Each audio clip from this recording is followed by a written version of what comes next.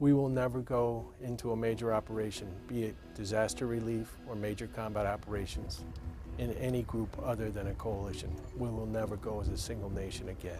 We need to be able to work together. We need to be interoperable. And the only way we can be interoperable when we need to be is to practice. BoldQuest gives us the opportunity to practice 100% of the time we're here. Since BoldQuest's beginning in 2003, the main mission remains the same. Improve allied nations' abilities in joint coalition fires, integrated air and missile defense, digitally aided close air support, friendly force tracking, virtual mission training, and this year, Coalition Intelligence, Surveillance, and Reconnaissance, or ISR. This particular BoldQuest is the biggest and best we've ever had. 14 partner nations and over 1,000 soldiers, sailors, airmen, and Marines that participated from the different coalition partners. We had never brought a coalition network in before. This time we had a mission partner environment where people could talk on a coalition network. Huge advances forward in every other area because they're all connected by the network. The other big event was bringing ISR in. ISR is a huge demand. It's used by all the nations. It helps us prosecute whatever we have to prosecute. We were able to use shared ISR in this BoldQuest. BoldQuest main operations were conducted at Fort Bliss, Texas, White Sands Missile Range, and Holloman Air Force Base, New Mexico. These locations provide the needed space and equipment for this sort of large-scale training. This year's partner nations included Australia, Belgium, the United Kingdom, Denmark, Finland, France, Germany, Italy, the Netherlands, Norway, Poland, Sweden, Canada, and American soldiers, sailors, airmen, and Marines.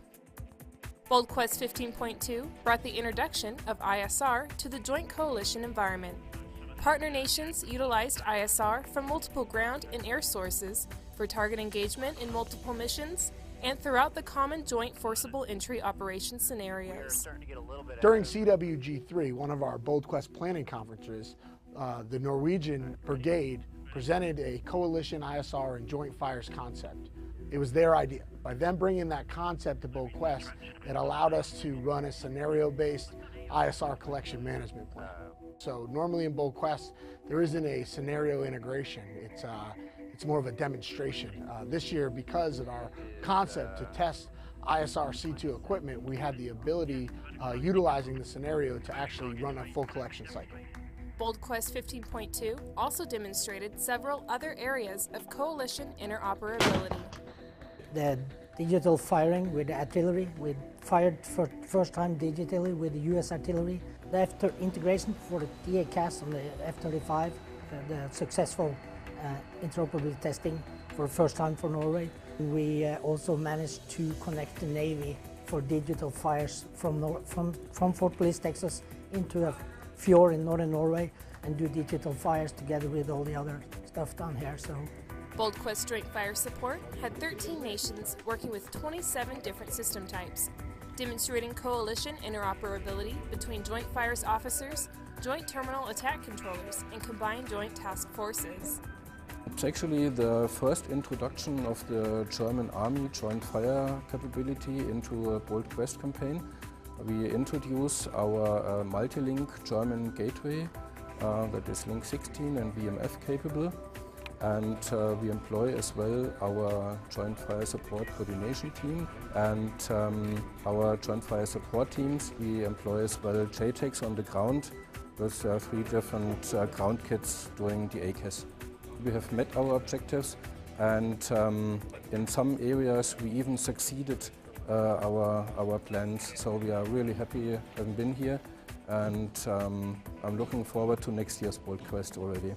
Joint Fire observers from 7 nations also demonstrated digital interoperability during live fires with the U.S. and Norwegian Housters and U.S. High Mobility Artillery Rocket Systems, or HIMARS. The main mission of BoldQuest is to advance interoperability in order to accelerate and improve the kill chain and improve communications for supporting fires from the sensor to shooter, regardless of the requester or provider's nationality, which makes integrated air and missile defense another main focus of functionality. BoldQuest 15.2 featured live and simulated sorties between Blue Force and opposing force events. focusing on air-to-air, surface-to-air, and air-to-surface engagements in a complex air and surface environment. It's an interesting experience. So far we've integrated with the Army to test their air defense missile systems. We're here supporting BoldQuest as a part of the integrated air and missile defense portion of BoldQuest. Working with the Joint Air-Ground Integration Cell for the first time, that's probably the biggest thing that I'll take away, and I think our crew will, because we haven't worked with them before, and certainly not in this capacity. 12 nations provided over 70 JTACs to test and demonstrate interoperability while using digitally aided close air support, or DACAS. Boots on the ground aren't a new thing in war, but the way they are protected has evolved greatly. With DACAS, there's a faster response to support and protect ground forces during person-to-person events. We're doing tests out here, bringing in partner nations, coalition members as part of the digital aided CAS or DACAS community in order to test their systems for interoperability. It's important because we want to make sure that all of our coalitions can speak together in the digital CAS community. So for example, if I've got a JTAC from one country on the ground operating with a U.S. aircraft that maybe have a different system than what they're used to working with, we want to make sure all the systems can speak a common digital language. So when the JTAC on the ground is transmitting a digital aided CAS message to an aircraft in the aircraft sees the message, it's able to recognize the message, and then vice versa, the pilot's able to transmit that message back to the JTAC on the ground. And with all the different systems that are out there's various computer languages, different systems have different compatibilities, and what we're doing is making sure that all these systems are able to talk to each other so we can utilize our coalition partners when we're out in the field and we're executing close air support. We provided a new DACAS suite for the Tornado aircraft, which we tested here the first time. It hasn't even been tested aircraft-wise or flying-wise in Germany, so it's really the first test we're doing with the system here. We're very, very happy how the system has proved to work.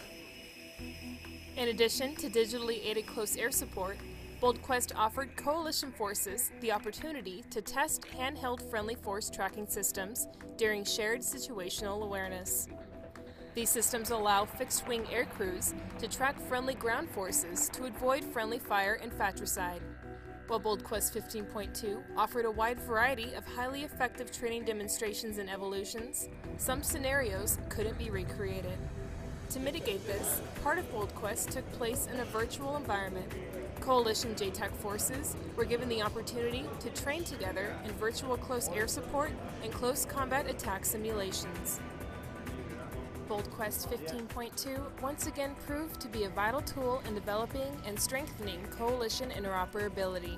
This year's demonstration proved to be the most complex BoldQuest to date and included the first implementation of the Joint Staff J6 Design Mission Partner environment and numerous precedents such as digitally aided live artillery fires provided by the United States and Norway to other partner nations, and the first DACAS mission between Norwegian JTACs and U.S. F-35 aircrew.